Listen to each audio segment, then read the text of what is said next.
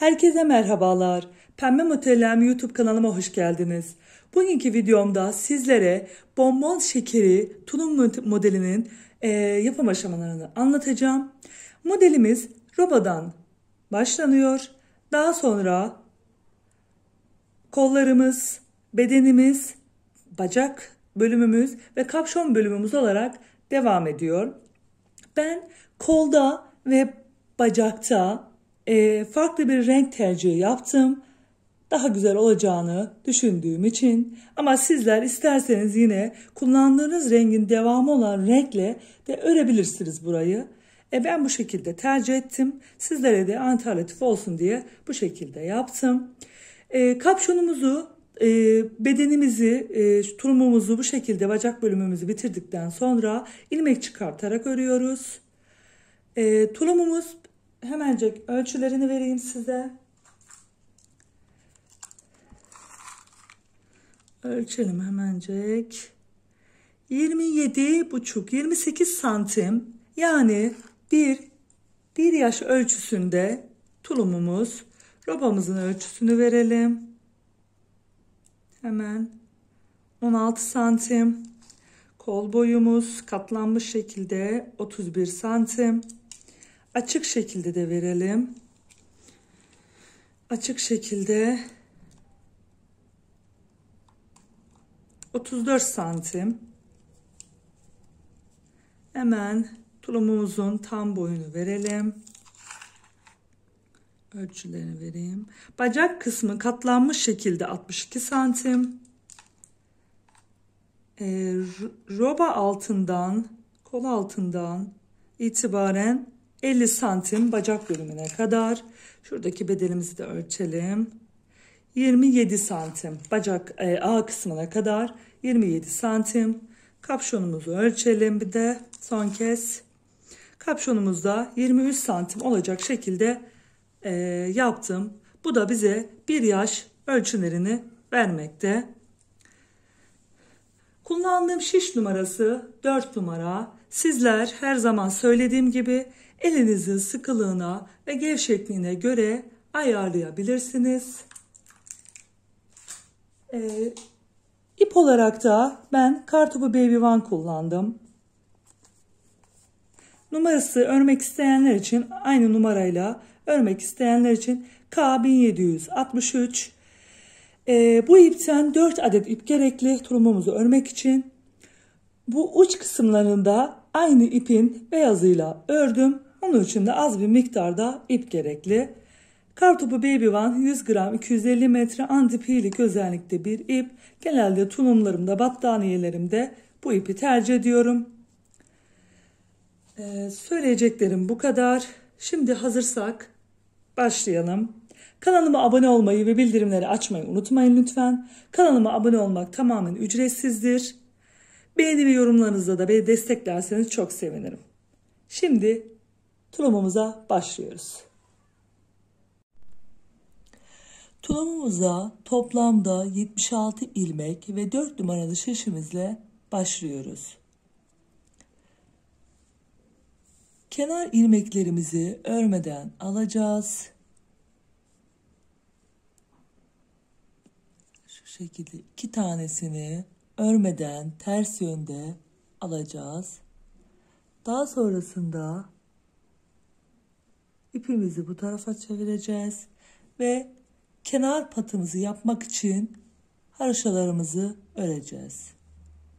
3 4 5 6 7 ve 8.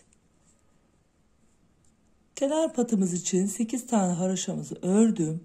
Daha sonrasında bu bizim örgümüzün ters yönü olduğu için ilmeklerimi 8 ilmek kalana kadar arttırmalarıma başlamadan önce ters öreceğim.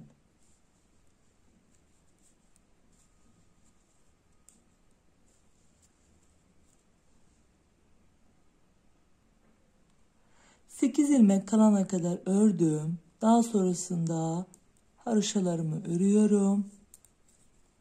Ve sondaki 2 ilmeğimi yine ters yönde örmüyorum. İpi kendi yönüme alıyorum. İlmeklerimi örmeden alıyorum. Şimdi 2 ilmeğim de dahil örmediğim ilmeklerimi öreceğim. 1 2 3 4 5 6 7 ve 8. Şimdi ajur çalışmalarımızı yapacağız. Arttırmalarımızı. Şimdi burası bizim ön tarafımız olacak. 8 ilmek haroşamızı ördük. Daha sonrasında 7 düzümüzü öreceğiz. 1 2 3 4 5 6 ve 7. Sonrasında bir ilmek gizli arttırma yapacağız. Daha sonrasında bir ilmek öreceğiz. Bir adet daha gizli arttırma yapacağız. Ve sonrasında 10 tane ilmeğimizi kol için öreceğiz.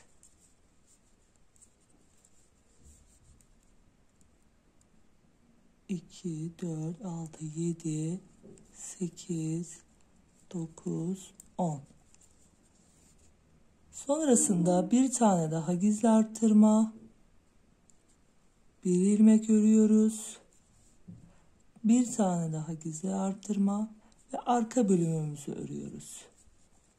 1 2 3 4 5 6 7 8 9 10 11 12 13 14 15 16 17 18 19 20 22 adet arkamız için ilmeklerimizi düz olarak örüyoruz. Daha sonrasında bir gizli artırma yapıyoruz. Şu şekilde bir tane ilmek örüyoruz. Tekrar bir gizli artırma yapıyoruz ve kol çalışmamız için yine 10 ilmeğimizi örüyoruz. 5 6 7 8 9 10. Tekrar sayalım. Sağlam olması için 2 4 6 8 10. Bir tane gizli artırmamızı yapıyoruz.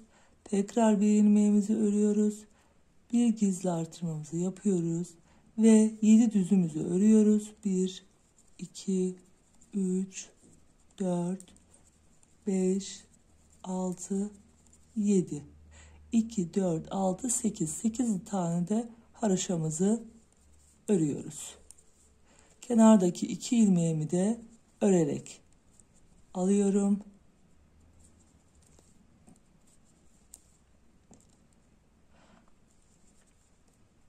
Arka yönde de haroşa ilmeklerimi haroşa olarak örüyorum. Düz ilmeklerimi de ters olarak örüyorum. 2 ilmeğimi örmeden alıyorum.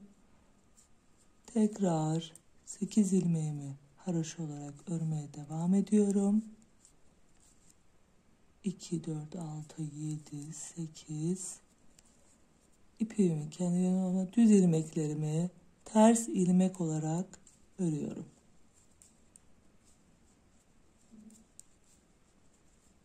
Ajur ilmeğim de dahil iki gizli artırma yaptığım ilmeğim de dahil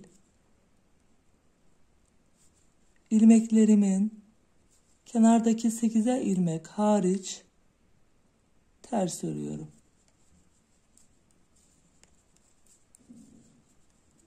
Bu şekilde bu sırayı ters ilmek olarak örüyoruz.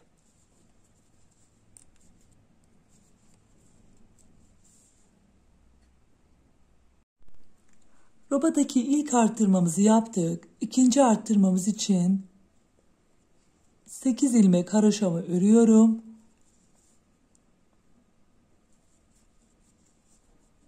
3, 4, 5, 6, 7, 8. Daha sonrasında düz ilmeklerimi örüyorum. İlk sırada ilmeklerimin toplamı düz ilmeklerle beraber 15 adetti. Şimdi bu sırada 16 adet olacak. 2, 4, 6, 8, 10, 12, 13, 14, 15, 16. 16 ilmeğimi ördüm. En başta ve en sonda, yani ön ilmeklerimiz birer adet, kol ve arka ilmeklerimiz ikişer adet artacak. Yine bir gizli arttırma, bir ilmek ör, bir gizli arttırma, bir ilmek ör. 1, 2, 3,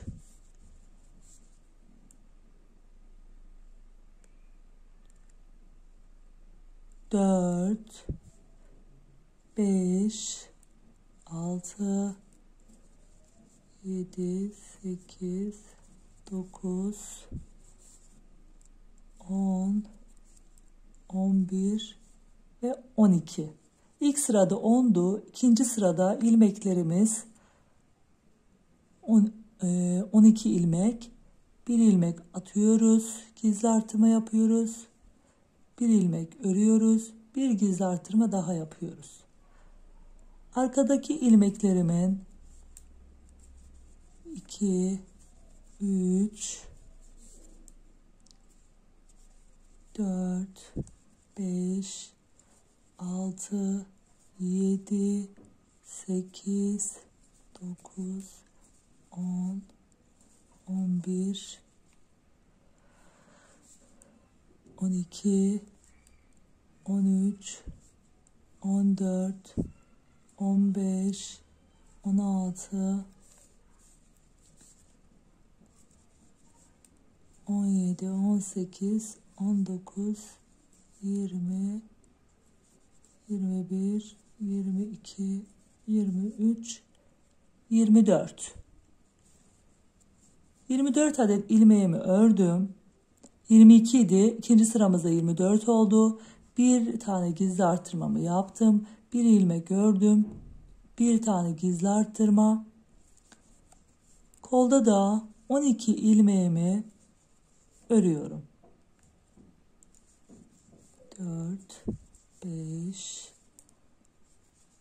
6, 7, 8, 9, 10, 11, 12.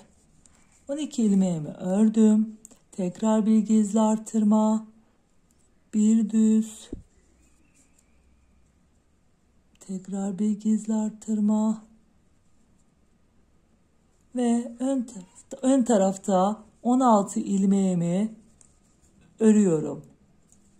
4, 5, 6, 7, 8, haroşalarla beraber 16 ilmeğimiz oluşuyor. Böylelikle ikinci sıramı da kurmuş oluyorum. Arka tarafta ilmeklerimi haroşa olanları haroşa, düz olanları da ters olacak şekilde örüyoruz. Her sırada gizli artırmaların ön bölümlerinde bir ilmek, kol ve arka bölümlerinde ikişer ilmek artırarak ilerliyoruz ve toplamda 18 arttırmamızı yapıyoruz roba için. Robamız için 18 arttırma yapacaktık. 18 arttırma yapmadan önce 2, 4, 6 arttırma yaptıktan sonra burada bir düğme iliği açacağız. Onu size göstermek istedim. 4 ilmek örüyoruz ve bir ilmek şu şekilde atıyoruz. Yani arttırma yapıyoruz. 2 ilmeğimizi birden kesiyoruz. Tekrar düzümüzü düz, tersimizi ters ve haroşalarımızı haroşa olarak örmeye devam ediyoruz. Bu şekilde devam ediyoruz. Ve düğme ilik aralarını da 12 diş arayla açıyoruz. Ve toplamda 6 adet düğme kullanacağım. 12 diş arayla iliklerimi açacağım. Tulumumuzun robasını bitirdik ve şöyle 18 arttırmamızı yaptık. Gördüğünüz gibi. Ve düğme iliklerimizi de 12 diş arayla açacaktık. Birinci düğme iliğimizi açtık. İkinci düğme iliğimizi de açtık. Şimdi ön bölümümü ördüm. Kol bölümüme kadar geldim. Şimdi kolumu düz örgü olarak örmeye devam ediyorum. Şimdi sadece kol bölümümüzü öreceğiz. Koldaki ilmeklerimi yine önden düz olarak öreceğim. Arkadan ters olarak öreceğim. Kol bölümünü örelim.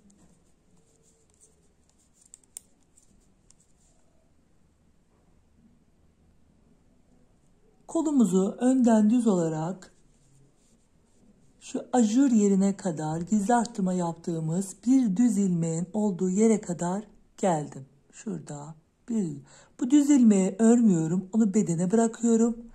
Ve şu şekilde dönüyoruz. Ve kol bölümümüzü tersten örmeye devam ediyoruz. Bu şekilde tersten ördüğümüzde yine orada bir düz ilmeğimiz vardı. Gizli arttırmamızın yanında, ortasında. Oraya kadar örüyoruz. Oradaki bir düz ilmeği de yine bu sefer onu ön bedene bırakıyoruz ve tekrar dönüş yapıyoruz.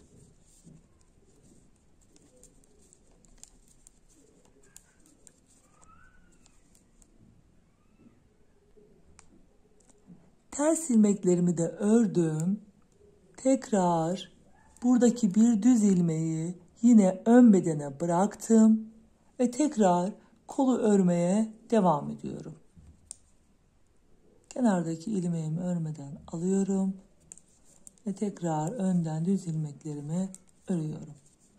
Bu şekilde kolumuzu ayırdık. Sadece kolumuzu öreceğiz. Kolumuzu lastik bölümüne kadar önden düz, arkadan ters olarak örmeye devam edeceğiz. Toplamda şu bölümden, şu omuz bölümünden kolumuzu toplamda 28 santim olana kadar düz olarak öreceğiz. 28 santimden sonra lastik örgümüze geçeceğiz. Lastik örgümüzü farklı bir renkle yapacağım ben, beyazla. Orada bir renk değişimimiz olacak. Ben kolu 28 santim örüp geliyorum. Kol bölümümüzü roba bölümünden saydığımızda toplamda 28 santim düz olarak ördüm. Lastik bölümünü öreceğiz. Lastik bölümü için beyaz ipimizi alıyoruz. Ve bir ters bir düz olarak örmeye başlıyoruz. İlk ilmeğimizi renk değiştirdiğimiz için örerek alıyoruz. İkinci ilmeğimizi ters, ilk ilmeğimizi düz örmüştük. Düz, ters, düz ve ters olacak şekilde tekli lastiğimizi örüyoruz. Şöyle kenar bölümünde sıklaştıralım. Düz, yine ters olacak şekilde örelim. Toplamda 25 sıra tekli lastiğimizi öreceğiz.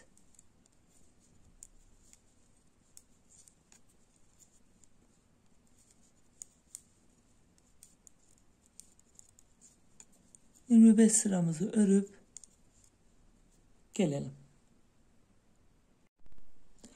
Kolumuzun lastiğini de beyaz iple örüp bitirdik. Toplamda 25 sıramızı ördük. İlmeklerimizi sayarken ters ilmeklerden saydığımızda daha kolay sayarız. Şuradan başlayarak ters ilmeklerimizi saydığımızda 25 sıramızı oluşturduk. Ve örgümüzü arka yüzünde keseceğiz. Örgümüzü çeviriyoruz ve örerek kesme tekniğiyle ilmeklerimizi kesiyoruz. Kenar ilmeğimizi örüyoruz. Ters ilmeğimizi yine örüyoruz. Ve arkadaki ilmeği öndeki ilmeğin üstünden geçirip kesiyoruz. Tekrar ilmeğimizi düz örüyoruz. Hem örüyoruz hem ilmeklerimizi kesiyoruz. Tekrar ters örüyoruz.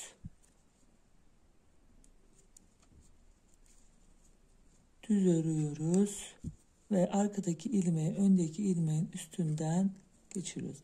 Bu şekilde ilmeklerimizin tamamını kapatalım.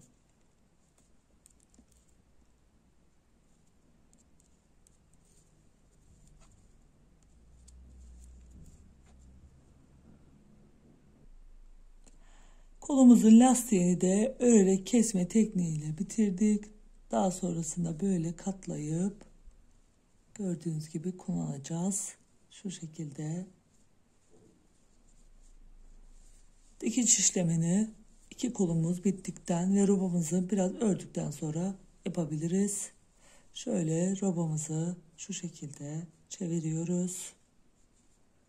Daha sonrasında yine ipimizi alıyoruz. Beden bölümümüzden örmeye devam ediyoruz. Arka bölümümüzü ve şimdi diğer kolumuzu öreceğiz. İlmeklerimi düz olarak örüyorum. Ve kol bölümüne kadar geleceğim.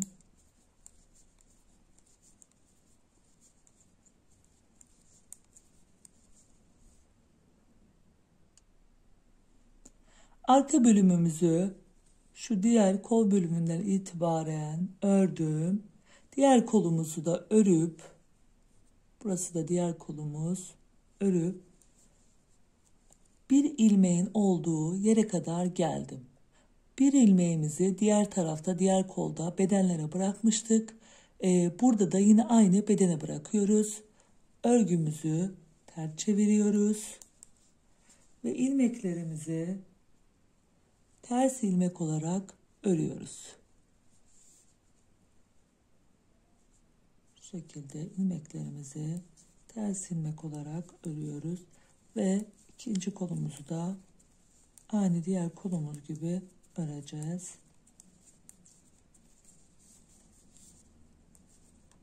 Tekrar bir ilmeğin olduğu yere kadar geleceğiz. Bir ilmeğimizi bedenimize bırakacağız.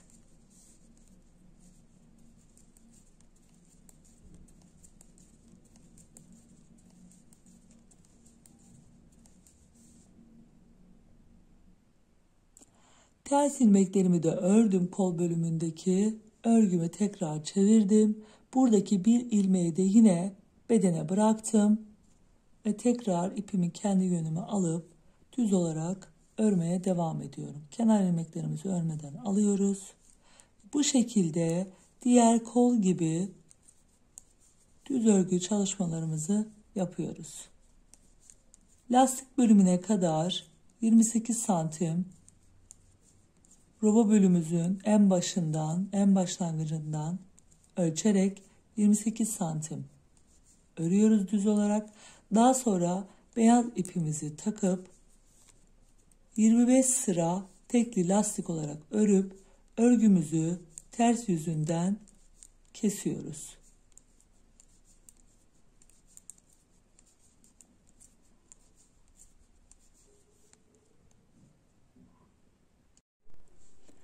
Tulumumun iki kol çalışmasını da yaptım. Belli bir ölçüde de ip bıraktım dikiş çalışmamız için.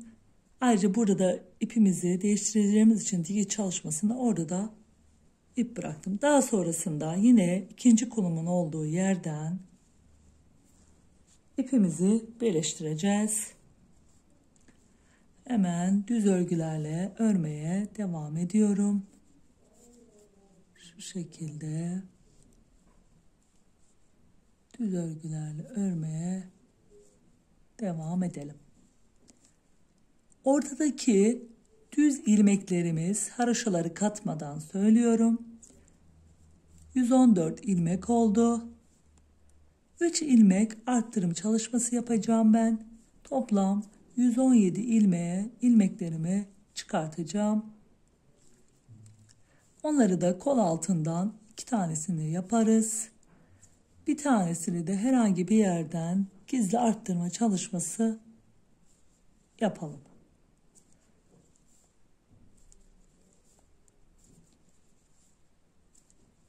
Bu şekilde örelim.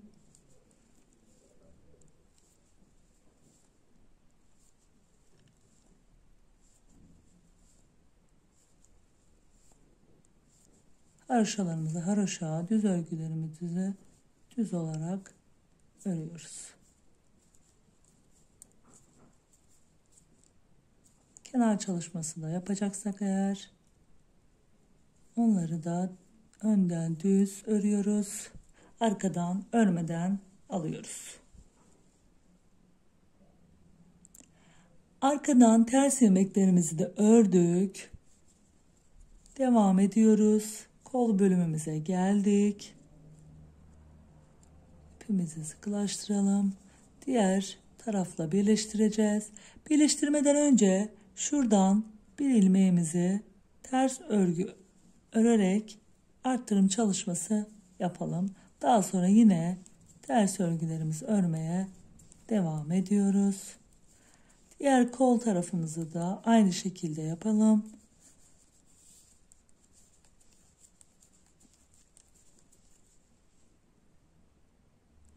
Yine kol çalışmamızın olduğu yere geldik. Tekrar dip taraftan bir ilmek arttıralım. Şöyle. Sonrasında örmeye devam edelim. Burada bir yerde de bir ilmek daha arttırayım. Toplam 3 ilmeğimi arttırmış oluyorum. Ve ilmeklerimin sayısını 117 ama düz ilmeklerim. Kenardaki köşedeki 8 adet olan patlarımı saymıyorum. Onlar da 16 ilmek. Toplamda 117 artı 116 117 artı 16 133 ilmek oluyor. Toplam ilmek sayımız bu şekilde. Bu sıramızı ördükten sonra 5 sıra daha öreceğiz. Ve sonrasında 2, 4, 6, 8 sonrasında bonbon çalışması öncesinde bir haroşa çalışmamız olacak. Daha sonrasında örneğimizi kurmaya başlayacağız. 5 sıramı ördüm. Şurada. Şimdi bir sıra haroşa çalışması yapacağız.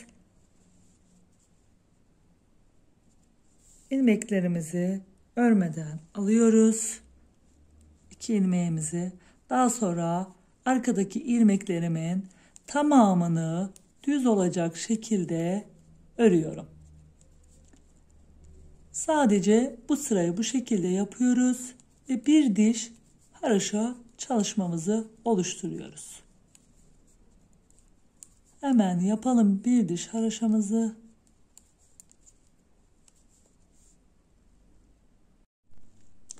Arkadan ters taraftan bir sıra düzümü ördüm ve böylelikle bir diş haroşamı oluşturdum.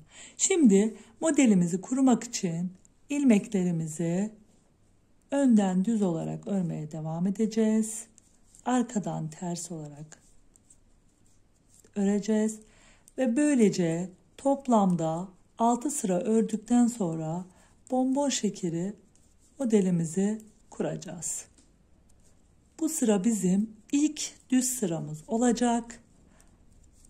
Ters tarafa geçince ikinci sıramız tekrar düz 3, 4, 5, 6 olacak şekilde sıramızı 6 sıra olarak öreceğiz.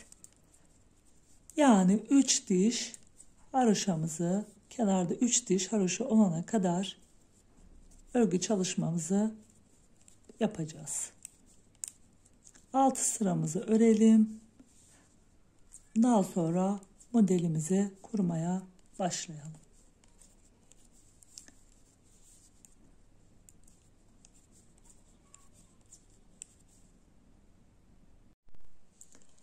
Modelimize başlamadan önce 6 sıramızı ördük.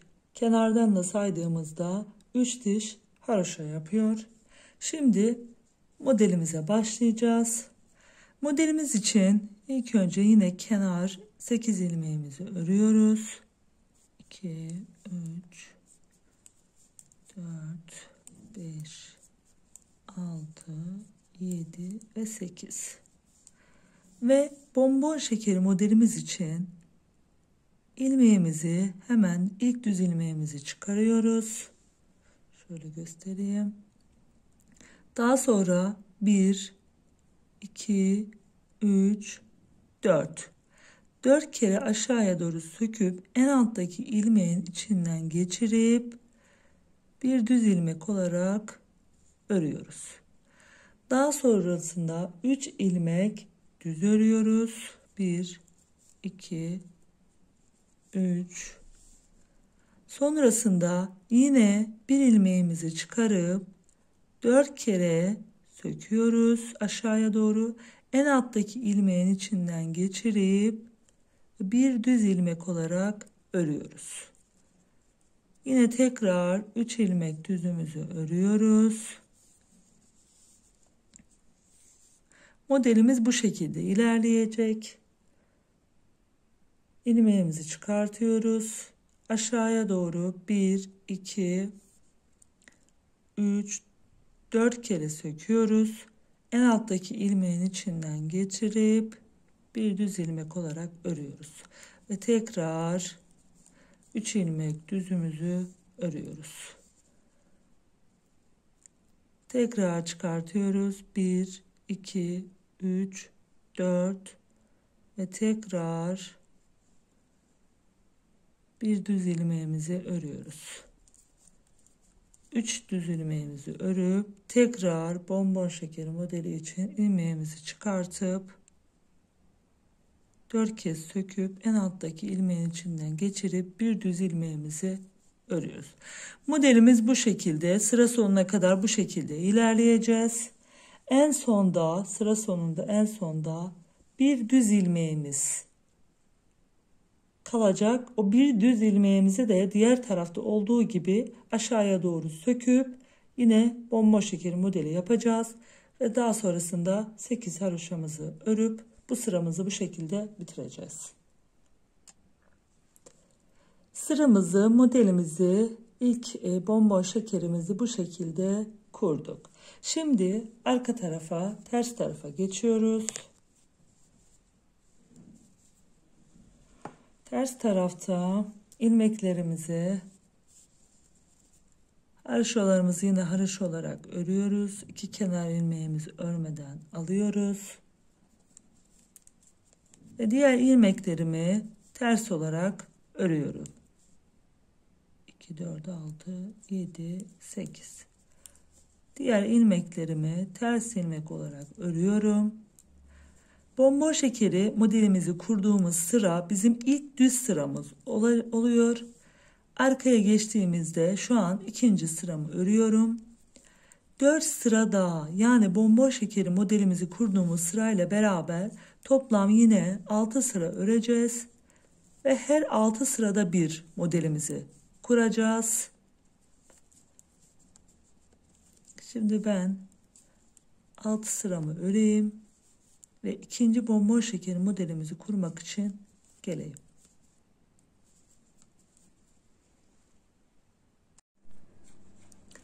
İkinci bonbon şekeri modelimizi için 6 sıramızı ördük ve tekrar modelimizi kuracağız. Kenardaki patımızı örüyoruz. Şöyle. Daha sonrasında bonbon şekeri modelinde ikinci sırada şu araya gelecek. Şu kenarda birinci ilmekte yapmıştık. Şimdi 2 ilmek örüyoruz. Ve ilmeğimizi alıp 4 kez aşağıya doğru söküp en alttaki ilmeğin içinden geçiriyoruz. Tekrar 3 ilmeğimizi örüyoruz.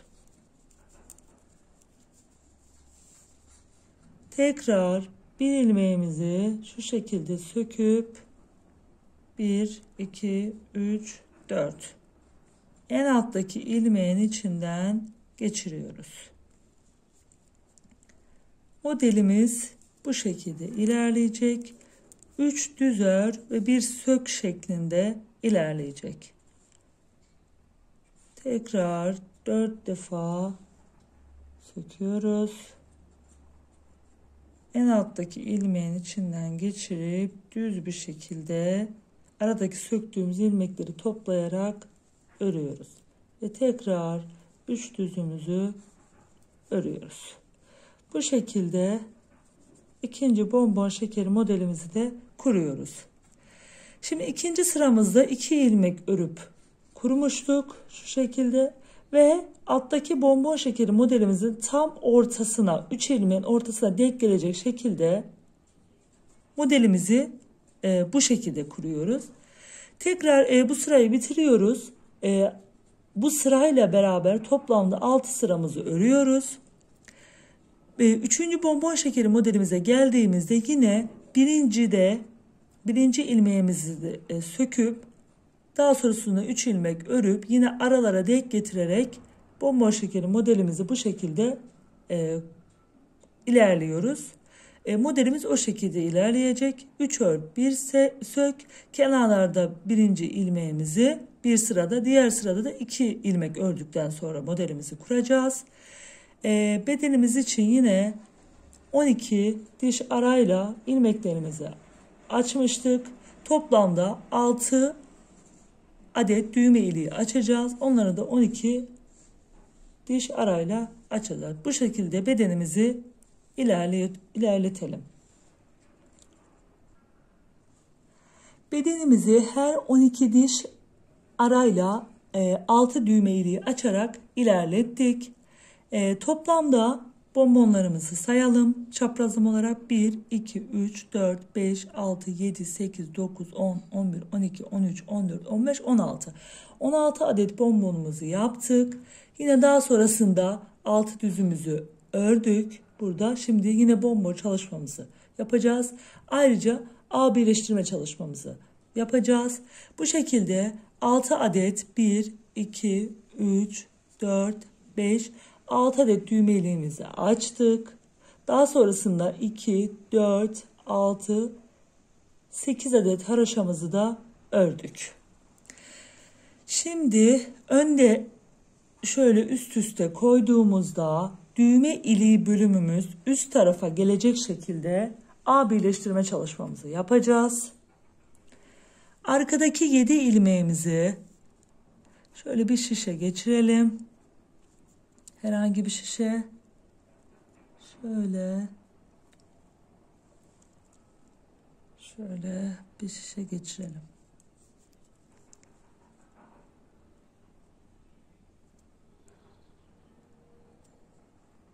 Şöyle 8 ilmeğimizi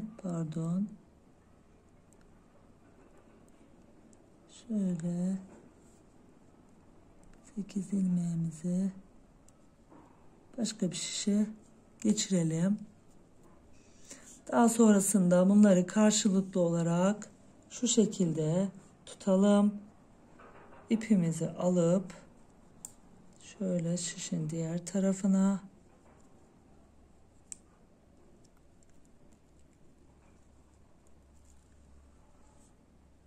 şöyle tekrar tutalım. Şöyle aldık. Şimdi karşılıklı olarak 8 ilmeğimizi öreceğiz. İlk ilmeğimizi alıyoruz. Arkadan da ilk ilmeğimizi şu şekilde alıyoruz ve örüyoruz. Tekrar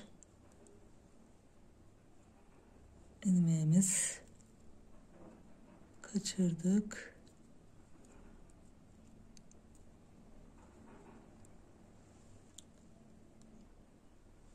İlk ilmeğimizi karşılıklı olarak bu şekilde aldık. İkinci ilmeklerimizi de hem önden hem arkadan karşılıklı olarak örüyoruz. Tekrar üçüncü ilmeklerimizi, dördüncü ilmeklerimizi bir üstteki yerden bir alttaki yerden olacak şekilde ilmeklerimizi karşılıklı olarak birleştiriyoruz. Böylece dikime gerek kalmadan ağ birleştirme çalışmamızı da yapmış oluyoruz. Tekrar bu şekilde 7. ilmeklerimize yaptık. 8. ilmeğimizi de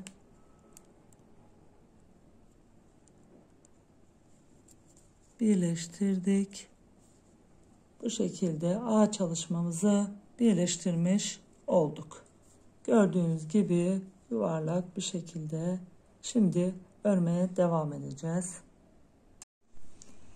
Ağ birleştirme çalışmamızı yaptıktan sonra hemen bonbon şekeri modelimizi kuracağız. Hemen köşedeki ilmekten söküyoruz ilk ilmeğimizi ve modelimizi devam ettiriyoruz. 3 örüyoruz. Tekrar bir ilmeğimizi söküyoruz.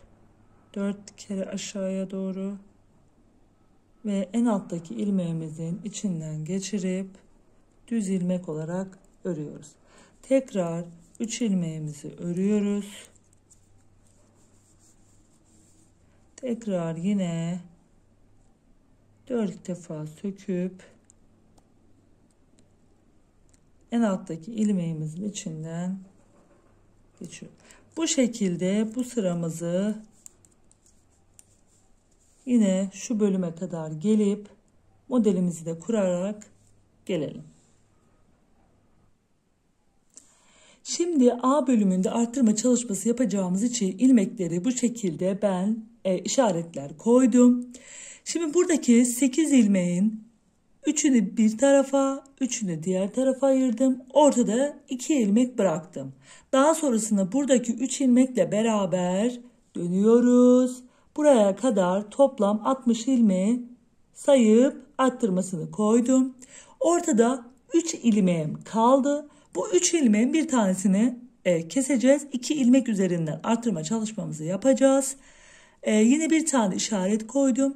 Burayı da yine bu şekilde şuradaki 3 ilmekle beraber ilk haroşanın 3 ilmeğiyle beraber toplamda yine 60 ilmek sayarak ilmeklerimi bu şekilde ayırdım. Şimdi 3 ilmeğimi ördüm. Hemen dip tarafından ilk ilmeğimin dip tarafından bir ilmek çıkartıyoruz. Şöyle döndürüyoruz. Bir gizli arttırmayla örüyoruz.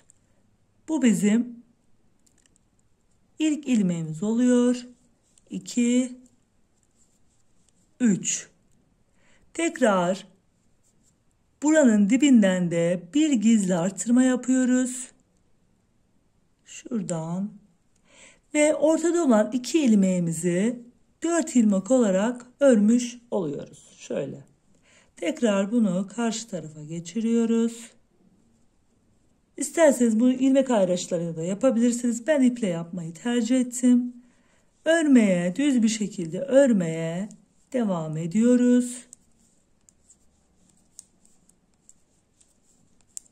Ta ki diğer tarafa 60 ilmeğimizi örüp diğer tarafa gelene kadar. 60 ilmeğimi örüp geldim. Hemen buradaki ipimi diğer tarafa alıyorum. Ortada 3 ilmeğim kalmıştı. Hemen ilk ilmeğimi kesiyorum. İlk önce bir ilmek çıkartalım. Daha sonra keselim. Bir ilmeğimi şu şekilde çıkartıyoruz. Daha sonrasında bir ilmeğimizi kesiyoruz. Diğer ilmeğimizi de örüyoruz ve buradaki 2 ilmeğimizi de yine 4 ilmeğe çıkartıyoruz. Bir ilmek daha arttıracağız şimdi. Şurada, burası tam bonbon şeklinin olduğu, modelin olduğu yer olduğu için buradan çıkartıyoruz. Toplam ilmeklerimizi 4 ilmek olarak yapıyoruz. Şimdi burada bonbon şekeri modeline denk geldiği için bir önceki yerde, yani bir burada yaptım. Sonra bir kestim, 3 ilmekti. Sonra tekrar bir tane yapıp bir tane daha ördüm. Tekrar buraya geçiriyorum işaretleyicimi. Düz bir şekilde örmeye devam ediyorum. Ta ki diğer tarafa gelene kadar.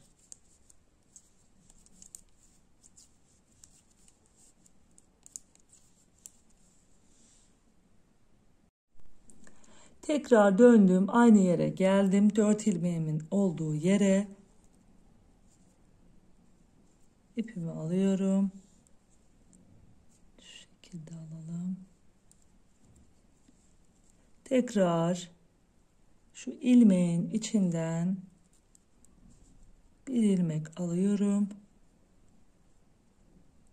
Gizli artırmamızı yapıyoruz.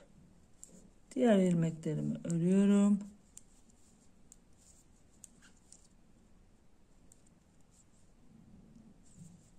Tekrar bunu çıkartıp bir gizli artırma daha yapıyorum.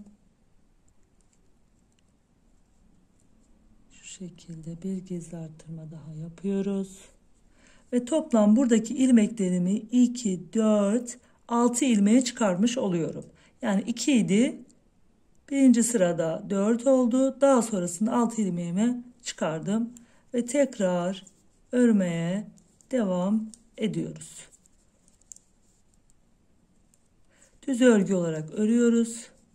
Diğer tarafa geliyoruz. 4 ilmeğimin olduğu yere geldim. Yine tekrar ipimi bu tarafa alıyorum. Biraz sıkılaştıralım. Ve 4 ilmeğimin hemen ilk ilmeğimin kenarından gizli arttırmamı yapıyorum. İlmeklerimi örüyorum. Ve tekrar bir gizli artırma daha yapacağım. 2, 4, 5 ilmeğimi şu an. Bir gizli artırma daha yapınca ilmeklerimiz 6 ilmek olacak. Ve şu şekilde tekrar ipimi takıyorum. Bu şekilde ilmeklerimi düz ilmek olarak örmeye devam ediyorum. Yine ipimizi takmıştık burada. Şöyle ilmeklerimi diğer tarafa gelene kadar devam ediyorum. İlmeklerimiz ilk sırada 2, ikinci sırada 4, 6, 8, 10 diye gidecek ve 4 kere bu şekilde arttırmalarımızı yapacağız. Daha sonra A'daki bu ilmeklerimizi kesim işlemi yapacağız. Şimdi arttırmalarımı yapıp geliyorum. A bölümünde hem önde hem arkada bacak bölümündeki ilmek sayılarımızı ayırdıktan sonra 2 ilmeğimizi, ortada olan 2 ilmeğimizin hem sağından hem solundan birer ilmek arttırarak toplamda bunu 4 sıra olacak şekilde yaptık ve ilmeklerimizi 10 ilmeğe çıkardık. 2, 4, 6, 8, 10. Daha sonrasında ilmeklerimizi düz olacak şekilde örüyoruz. Şöyle. Ve diğer arka bölümdeki 10 ilmeğin olduğu yere kadar örüyoruz. Daha sonra 10 ilmeğimizi keseceğiz.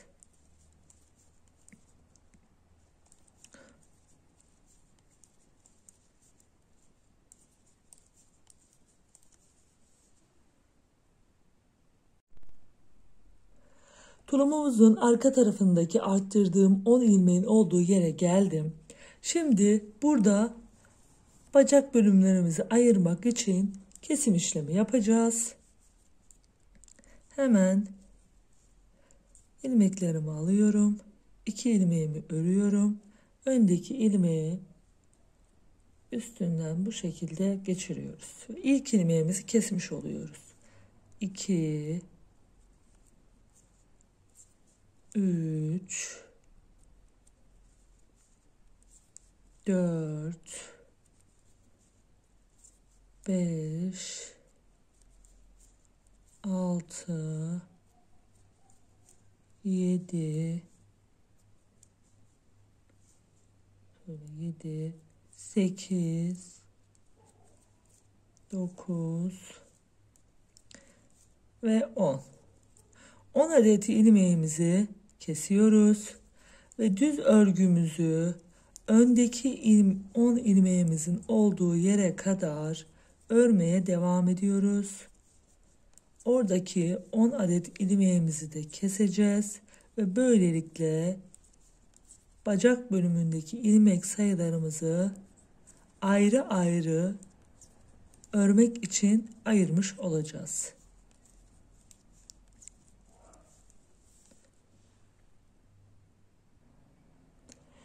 Ön bölümde de 10 ilmeğin olduğu yere geldim. Şimdi burada da kesim işlemimizi yapıp bacak ilmeklerimizi ayırıyoruz. Hemen ilk ilmeğimizi kesiyoruz. İkinci ilmeğimiz,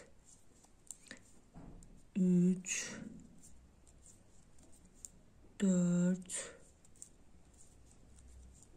5, 6,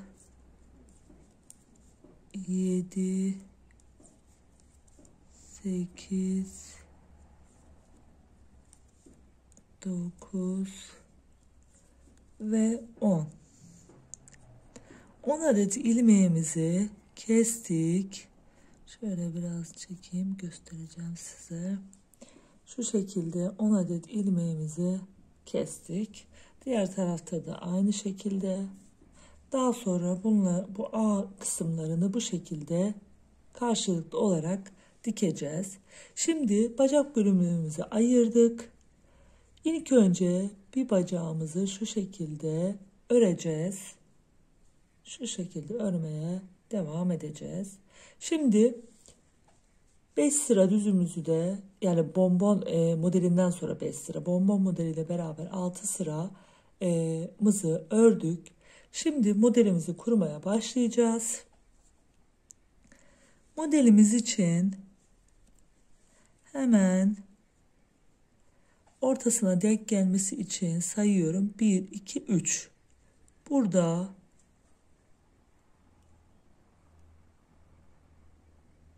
bunun başlangıcında yapacağız bonbonumuzu sökme işlemimizi. O yüzden hemen ilk ilmeğimizi sökmeye başlıyorum. 3, 4. En alttaki ilmeğimizin düz olarak alttan alıyoruz.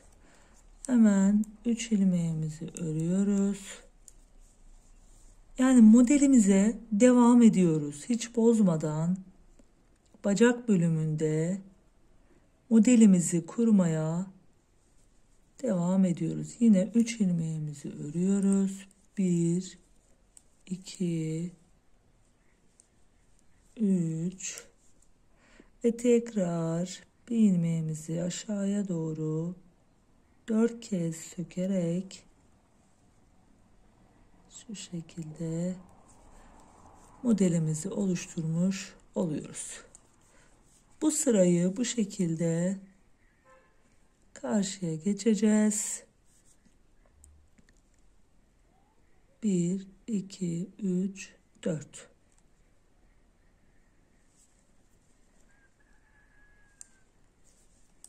Ve artık misil alışverişimizle A bölüm çalışmasındaki olduğu gibi döne döne değil de yine buraya gelip tekrar geriye döneceğiz. Ters ilmeklerimizi örerek dokuyoruz. Oraya kadar gelelim, tekrar göstereceğim size.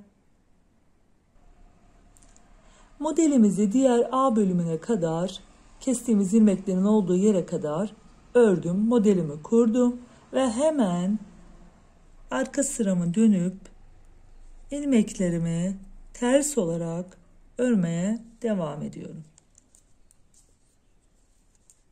Bonbon modelimizde ilk bonbon modelimizi yaptığımız sırayı birinci sıra olarak sayıyorduk. Şimdi ikinci sıramızı örüyoruz. Tekrar yine modelimizin bedeninde yaptığımız gibi her 6 sırada bir çaprazlama olarak modelimizi kurmaya devam edeceğiz. Hemen ben bu 6 sırayı öreyim. Daha sonrasında ikinci bonbon modeli için gelelim.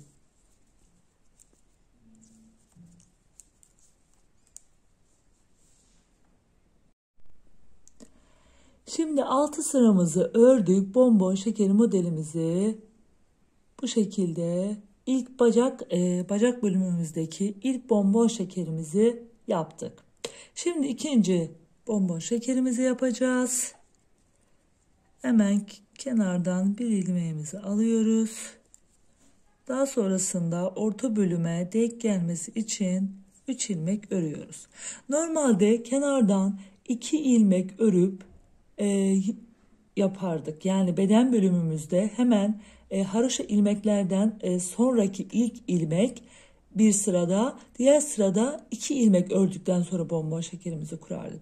Ama burada bir ilmek fazlalığımız kalmış. Kestikten sonra buradaki ilmeklerimizi, bu bir ilmeğimizi göz ardı ediyoruz. Onu daha sonrasında dikiş işlemimizde kullanacağız. Modelimizin bozulmaması için burada bir ilmek fazlalık olarak kaldı. O hiç önemli değil.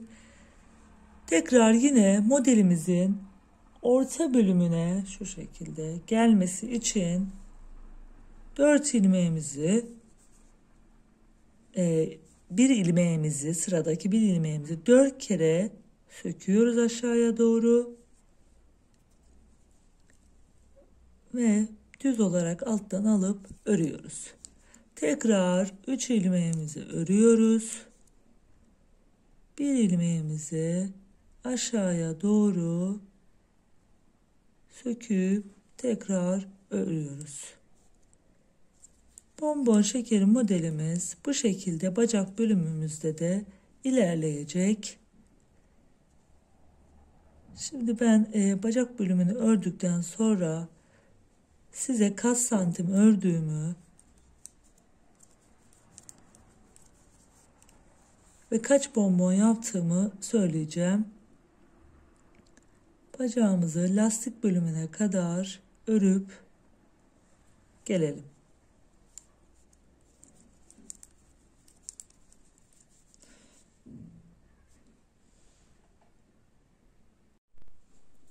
A çalışmamızdan sonra bacak ilmeklerimizi ayırmıştık. Daha sonrasında bir bacağımı örmeye başladım.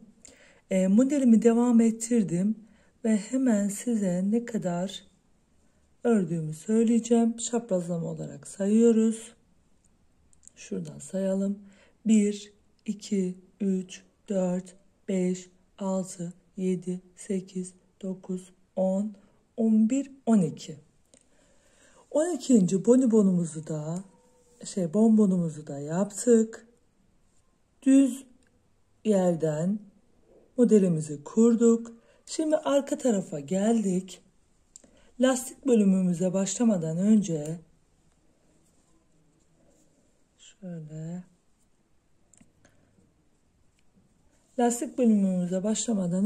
kesim çalışmamızı yapacağız.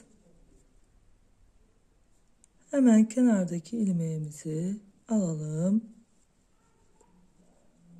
Belirli aralıklarla toplamda 8 ilmek örelim. Şişimizde 60 ilmeğimiz vardı başlangıçta ayırdığımızda. 52 ilmeğe düşüreceğiz. 2, 4, 6 ilmek aralıklarla ilmeklerimizi kesebiliriz. 2, 3, şöyle 4, 5, 6. 2 ilmeği birden örüyoruz. Tekrar 1, 2, 3, 4, 5, 6. Eşit aralıklarla ilmeklerimizi kesip 52 ilmeğe düşürüyoruz. Ön yüzde lastik kullanımımıza başlayacağız.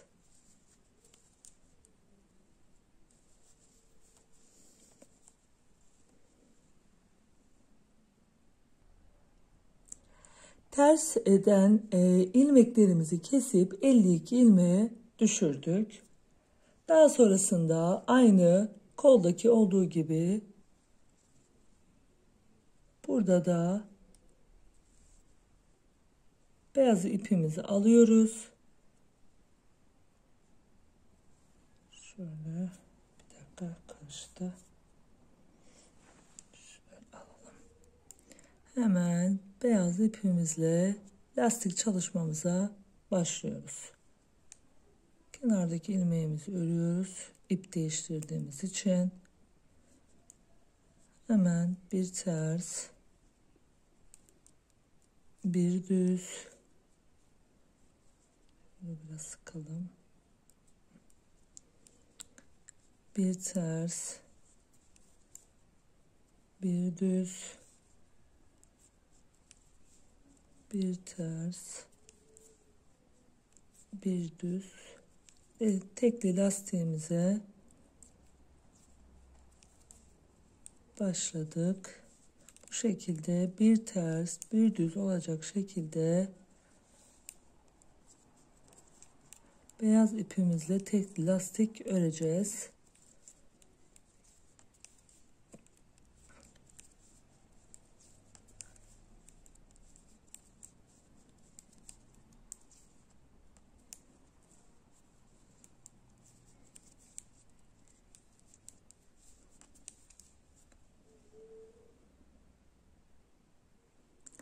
İlk tekli lastik sıramı ördüm. Hemen arka yüzde düz gördüğüm ilmeği düz, ters gördüğümüz ilmekleri ters olarak örüyoruz ve lastik çalışmamızı oluşturuyoruz.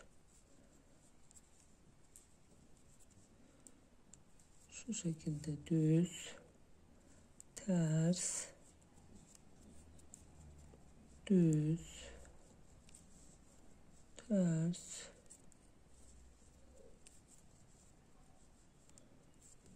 düz ve ters. Bu şekilde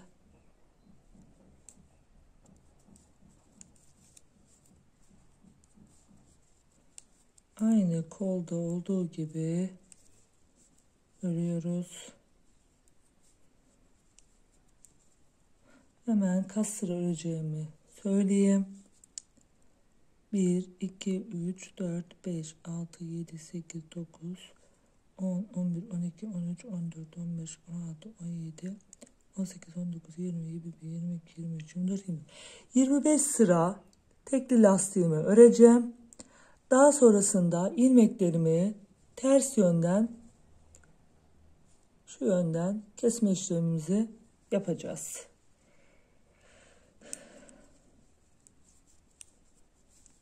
İlmeklerimizi ters ilmeklerin olduğu yerden sayarsak daha kolaylıkla sayarız. Yani şu şekilde açarak şu aradaki ilmeklerimizden sayarak gidiyoruz.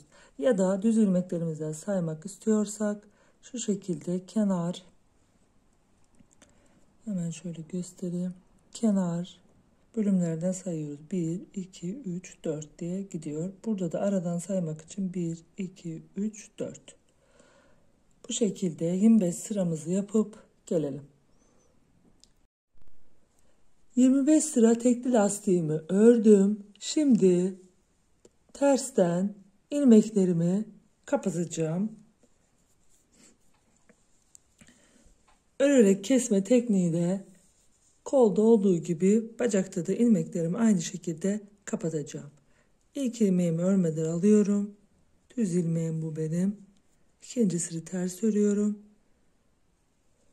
Ve arkadaki ilmeği öndeki ilmeğin üstünden geçiriyoruz. Tekrar öndeki ilmeğe dokuyoruz. Arkadaki ilmeği öndeki ilmeğin üstünden geçirerek örerek kesme tekniğiyle ilmeklerimizin tamamını tersten, ters yüzünden, yani örgümüzün ters yüzünden kapatıyoruz. İlmeklerimizi keselim. Daha sonra diğer bacağımıza geçelim.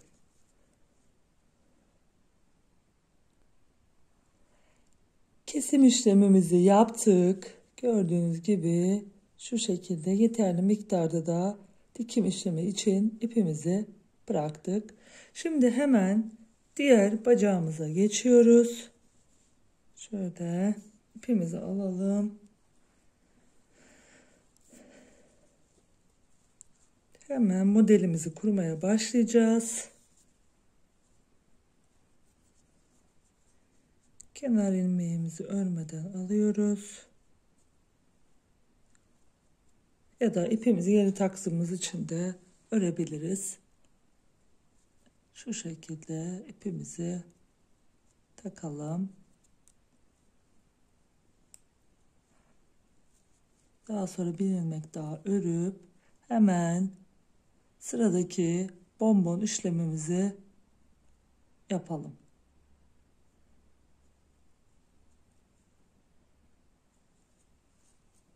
Bu bacağımızı da aynı şekilde modelimizin kurulumunu bozmadan örmeye devam edeceğiz.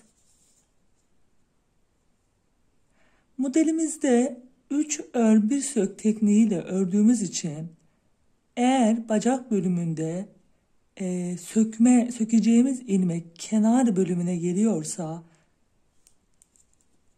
yani şu şekilde göstereyim.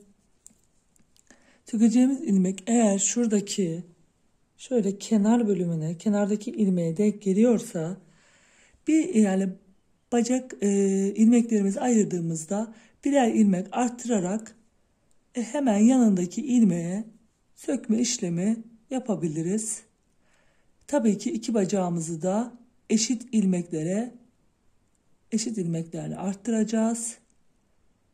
Benim ilmeklerim denk geldi. O yüzden arttırmaya gerek duymadım. Ama sizler eğer denk gelmiyorsa arttırma işlemi şu köşeden bir adet ilmek arttırarak uygulayabilirsiniz. İlmekleriniz eğer denk gelmiyorsa bu şekilde de bacak ilmeklerimizi örüp aynı diğer taraftaki bonbon sayısı kadar öreceğiz. Daha sonrasında yine lastik kısmına geldiğimizde tersten beyaz ipimizi takmadan bonbon sırasını yaptıktan sonra ters bölümden ilmeklerimizi 8 adet keseceğiz. Daha sonrasında ön yüze gelip beyaz ipimizi takıp 25 sıra lastiğimizi örüp kesim işlemimizi yine ters yüzden yaparak diğer bacağımızı da bitireceğiz. Tulumumuzun ilk önce robasını, daha sonra kollarını, bedenini ve bacaklarını olmak üzere örüp bitirdim. Bu şekilde gördüğünüz gibi. Şimdi kapşonlu tulumumuz için en son kapşonumuzu örelim.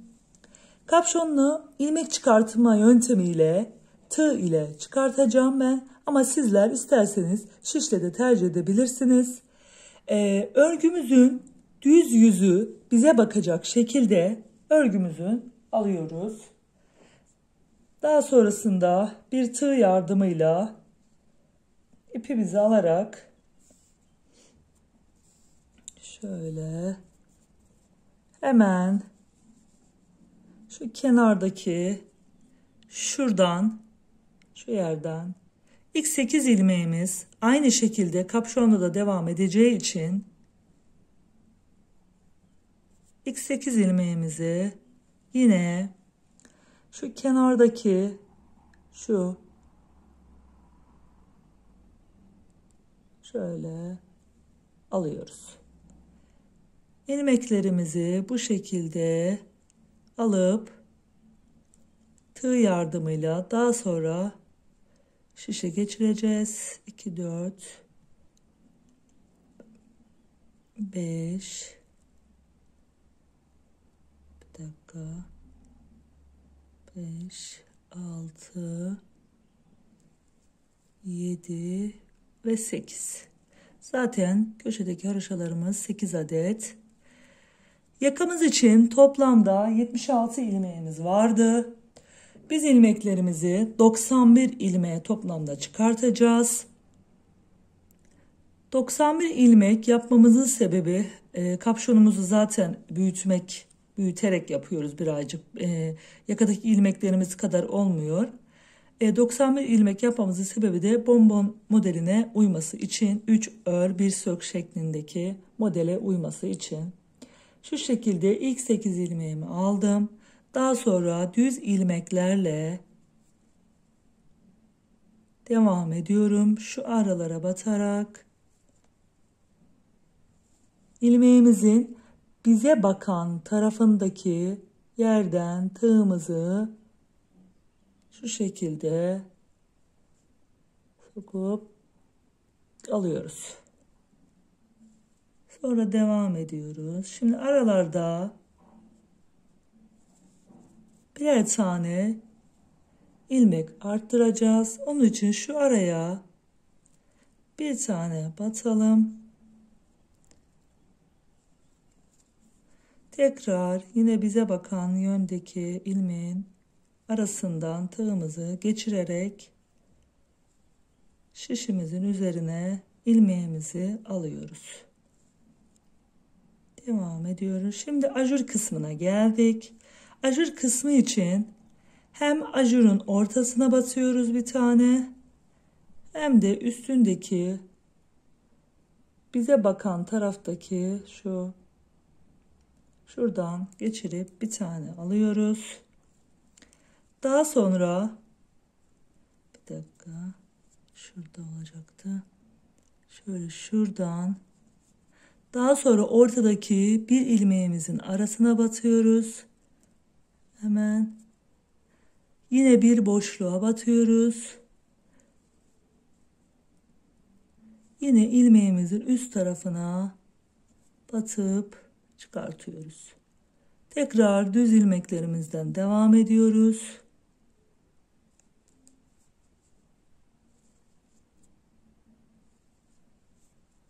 Böyle toplamda 91 ilmek olacak şekilde ilmeklerimizi çıkartacağız. Yine ajur kısmına geldiğimizde ajurun ortasına bir tane, şöyle ilmeğe düz ilmeğin şöyle arasından da bir tane, bir düz ilmeğin ortasına batarak burada ilmeklerimizi arttıracağız. Toplamda 91 ilmeğimizi arttıracağız. Yine sondaki 8 ilmeğimizi de burada çıkartarak ilmeklerimizi tamamlayacağız. İlmeklerimizi çıkardık. Şu şekilde gördüğünüz gibi toplamda 91 ilmeğimizi çıkardık. Şimdi örgümüzün ters yüzüne geçiyoruz. Şurada haroşa bölümümüzü yine haroşa olarak devam edeceğiz ve kenardaki çizgimizi de devam ettireceğiz. Onun için kenardaki ilk 2 ilmeğimi ters yönde örmüyorduk. Daha sonra düz yönde haroşalarımızı örüyoruz. Toplamda 8 tane haroşamızı örüyoruz. 1, 2, 3, 4, 5, 6, 7 ve 8. Daha sonra örgümüzün ters yüzü olduğu için ilmeklerimizi ters olarak örüyorum. Son 8 ilmek kalana kadar ilmeklerimin tamamını ters ilmek olarak örüyorum.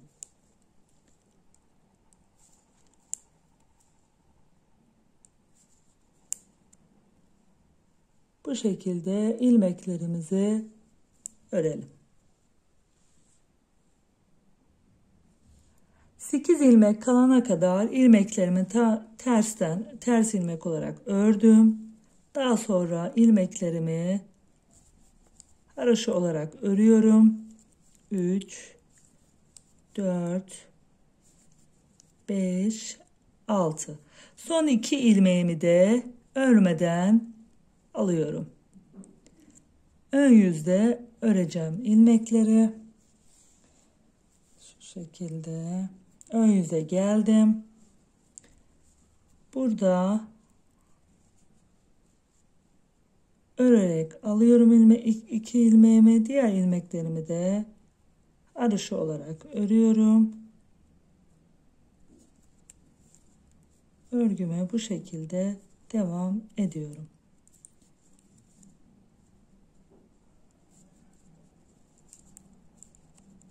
Düz olarak bu sırayı örüyoruz. Bu bizim ilmek çıkardığımız sırayla beraber saydığımızda toplamda 3. sıramız. Sıralarımızı 6 sıraya tamamlayacağız. Daha sonra modelimizi kurmaya başlayacağız.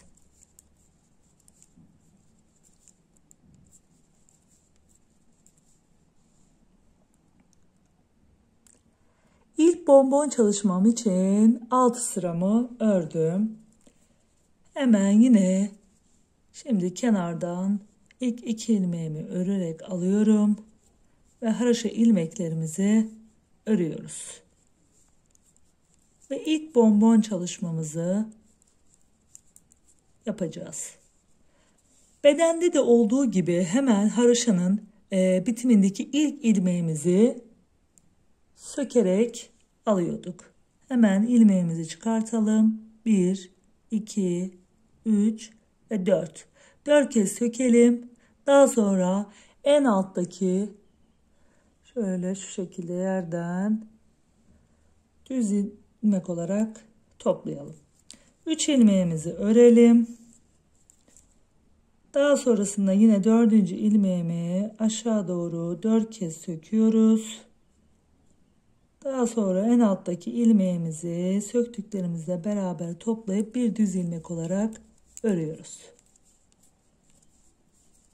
Yine tekrar bir kere daha yapalım. Bir ilmek çıkartıyoruz. Aşağı doğru söküyoruz. Şöyle en alttaki ilmeğimizin içinden bir düz ilmeğimizi alıyoruz. Bu şekilde örmeye devam ediyoruz ve ilk bonbon sıramızı da bu şekilde kurmuş oluyoruz. İlk bonbon modelimizi 3 ör 1 sök tekniğiyle kurdum. Şimdi daha önce bedende 8 haroşadan sonra bir sök ilmeğimizi yapıyorduk. Ve en sonunda da yine 8 haroşa kala bir ör sök modelini yapıyorduk. Yani bir aşağı doğru bir ilmeğimizi sökerek yapıyorduk. Şimdi burada kapşon bölümünde 91 ilmek yaptığımızda sonda 2 ilmeğimiz kaldı. Diğer sırada buradaki kenardaki ilmeğimizi sökeceğiz. Ben bu şekilde kapşonu ayarlamak istedim. Ama sizler diyorsanız ben iki tarafta da şu şekilde 8 haroşadan sonra ilmeğimi sökerek ve sonda da aynı şekilde bir ilmeğimi sökerek yapmak istiyorum diyorsanız ilmeklerinizi 93'e çıkartabilirsiniz. Ama 91 ilmekte de hiçbir şey fark etmiyor. Çünkü ikinci bonbon modelimizde iki ilmek örüp sökeceğiz. En sona geldiğimizde de bir ilmeğimizi aşağı doğru sökeceğiz. Yani işlem yine aynı şekilde ilerleyecek. Şimdi ben hemen 5 sıra daha bonbon modeli yaptığım sırayla beraber toplamda 6 sıramı daha öreyim. İkinci sıramı da sizlere göstereyim. Bu şekilde daha iyi anlaşılmış olacaktır. İkinci bonbon modelinden önce 6 sıramı ördüm ve 8 ilmek haroşamı örüp şimdi bonbon modelimizi kuracağız. 2 ilmek düzümüzü örüyoruz. Bonbon modeli için alttaki bonbon modelimizin tam ortasına 3 ilmeğin ortasına denk gelecek şekilde ilmeğimizi söküyoruz. 4 kez söktük. Daha sonrasında ortasından düz ilmeğimizi, en alttaki ilmekten düz ilmeğimizi alıp örüyoruz. Yine tekrar 3 düzümüzü örüyoruz. Bir adet ilmeğimi aşağıya doğru söküp en alttaki ilmeğin düz olarak örüyoruz. Tekrar 3 düzümüzü örüyoruz. Tekrar 4 kez söküp modelimizi bu şekilde kuruyoruz. Sona geldiğimizde de burada 2 ilmek örüp modelimizi kurmuştuk. En sonda da şu şekilde hemen göstereyim. Şuradaki en sondaki bir düz ilmeğimizi bonbon modeli yapacağız. Yani sökme işlemimizi burada yapacağız. Toplamda bonbonlarımızı şu şekilde çaprazlama olarak sayacağız. Şuradan göstereyim daha iyi. Şöyle çaprazlama olarak sayacağız. Toplamda 15 adet bonbon modelimiz olduğumuzda kesim işlemimizi yapacağız. Kapşonumu 15 bonbon şekeri modeli olacak şekilde ördüm. 1, 2, 3, 4, 5, 6, 7, 8, 9, 10, 11, 12, 13, 14, 15. 15. modelimi ön yüzde kurdum. Arka yüzde ilmeklerimi ters ördüm. Ve ön yüze tekrar geldim. Başka bir şiş yardımıyla örmeye başladım. İlmeklerimi toplamda 91 ilmekti. İlmeklerimizi ortalamamız gerekiyor. 45-45 kalıyor. Bir ilmeğimizi de yine şuradaki ilk ördüğümüz yere, düz şekilde ördüğümüz yere verdik. İlmeklerimizi 46 ilmek olana kadar ördüm düzden. Daha sonrasında düz yönü bize bakacak şekilde örgümüzü şu şekilde ikiye katlıyoruz. Şimdi kapşonumuz için kesim çalışmamızı yapacağız. Daha sonra ipimizi kendi tarafımıza alıyoruz. Mutlaka üçüncü bir şiş yardımıyla örmemiz gerekiyor. Arkadaki 46. ilmek olan bir fazlalığı alıyorum. Şişime geçiriyorum. Daha sonrasında bir öndeki şişten, bir arkadaki şişten olmak üzere bir saniye şöyle buradaki ilmeğimizi biraz sıkı tutup alıyoruz. Daha sonra dediğim gibi bir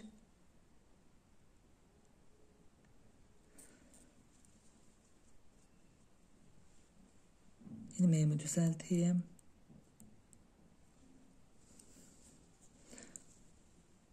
Şu şekilde bir ilmeğimizi örelim.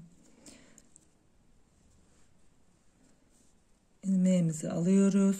46. ilmeğimizi şu şekilde bir öndeki ilmeği, bir arkadaki ilmeği örerek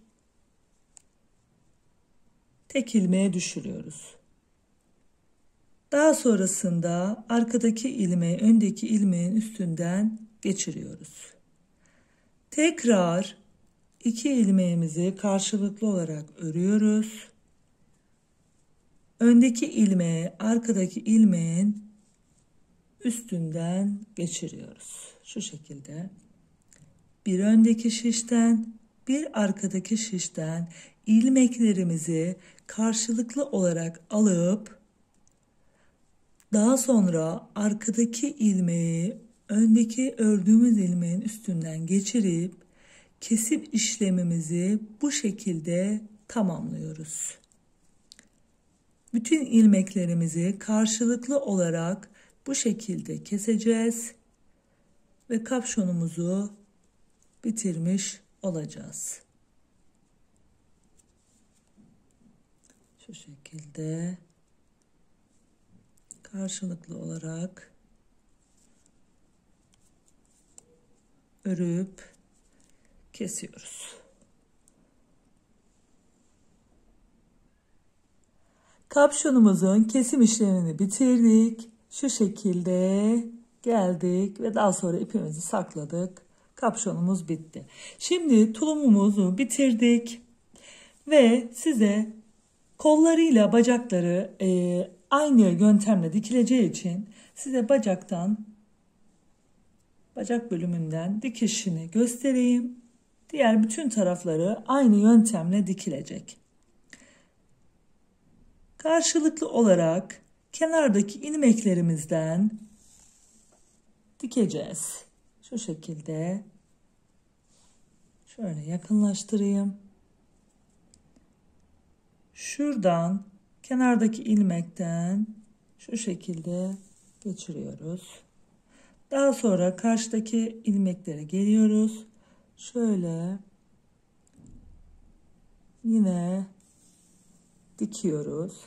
Daha sonra diğer tarafa yine geçiyoruz. Bu şekilde ilmeklerimizi karşılıklı olarak dikiyoruz. Hemen göstereyim. Şu şekilde dikiyoruz. Daha sonra buraya geliyoruz. İpimizi burada gül kurusu olan, pembe olan ipimizle bağlıyoruz. Burada da yine kenar ilmeklerimizi aynı yöntemle şöyle A bölümüne kadar dikiyoruz. Diğer bacağımızı da getirip buraya kadar şu şekilde dikiyoruz. Şu şekilde. A bölümündeki 9 ilmeğimizi de şöyle iç taraftan çeviriyoruz. Daha sonra şöyle her ilmeğimizin şu şekilde göstereyim. Şöyle karşılıklı olarak haraşoların baş tarafından kestiğimiz yerden şu şekilde bir dakika. Şu şekilde dikiyoruz. Şöyle getiriyoruz. Dikiyoruz. Çıkartıyoruz. Tekrar dikiyoruz. Çıkart. Böyle sırayla 9 ilmeğimizi şöyle karşıya kadar dikip A işlemimize dikip bitiriyoruz. Daha sonra kollarımızı, daha sonra da düğmelerimizi dikip tulumumuzu bitiriyoruz. Şimdi ben dikim işlemimi yapayım. Düğmelerimi dikip tulumumun son haliyle gelelim. Tulumumuzun dikim çalışmalarını da yaptım. Hem kol hem bacak dikiş çalışmalarımızı şu şekilde yaptım. Herhangi bir dikiş izi görünmüyor. Dediğim şekilde dikerseniz gayet güzel bir dikiş çalışması yapmış olursunuz. A içinde yine iç taraftan dikiş çalışması yaptım. Herhangi bir orada da herhangi bir potluk görünmüyor. Düğmelerimi de bu şekilde diktim ve tulumumu bitirdim. Sizler de rahatlıkla, kolaylıkla videomu izledikten sonra bu güzel tulumu örebileceksiniz. Hem kız bebekleriniz için hem erkek bebekleriniz için. Sağlıcakla ve esenlikle kalın. Bir dahaki videomda görüşmek üzere.